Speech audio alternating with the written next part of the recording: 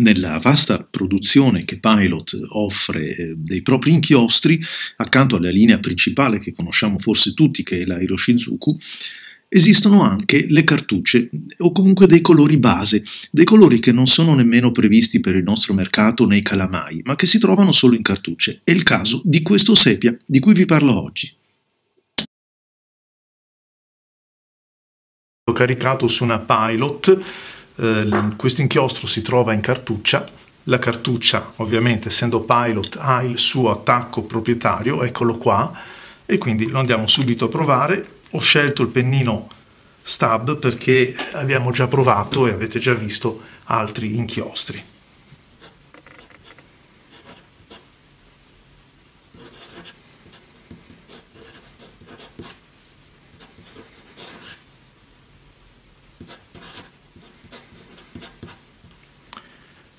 Scorrevole certamente, riesce a coprire ampiamente le richieste del pennino Stab.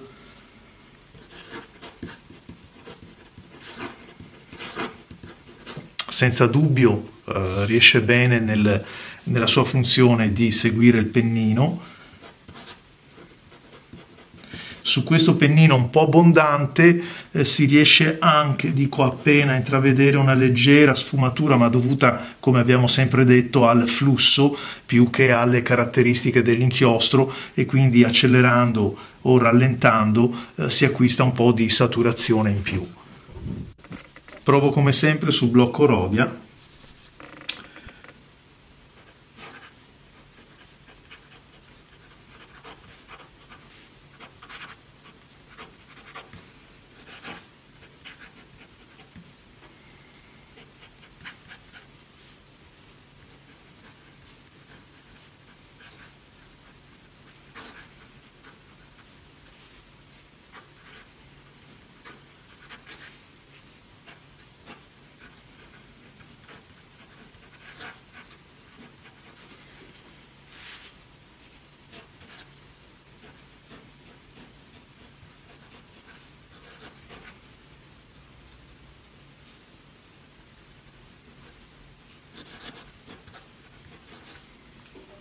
Anche in questo caso noto come tutto quello che ho visto nella prova dei campioni viene messo in evidenza, un pochettino, diciamo, esaltato dalla qualità di questa carta, che sappiamo essere una carta molto molto interessante dal punto di vista della gamma.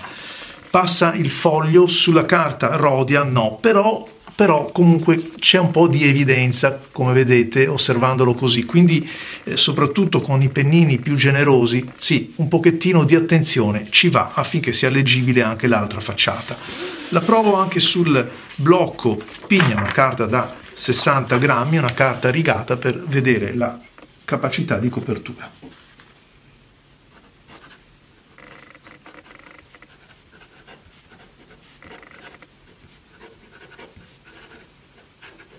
Anche qui la scorrevolezza c'è tutta, si sente la carta che è un pochettino differente, ma la scorrevolezza c'è. Si nota anche qui come un pochettino più di saturazione ci sia in concorrenza della decelerazione, chiamiamola così, oppure venga a mancare quando invece si è in accelerazione, sia nelle parti un po' alleggerite, quindi in tutte le ascendenti o discendenti veloce, nelle risalite, nei raccordi ad esempio, persino con un pennino come questo, che abbiamo detto essere un pennino SU, ecco, utilizzato in maniera poco ortodossa, cioè proprio a 90 gradi di taglio. Potete vedere che nei tagli più leggeri, dove arriva meno inchiostro, si alleggerisca moltissimo anche il colore di questo inchiostro Pilot.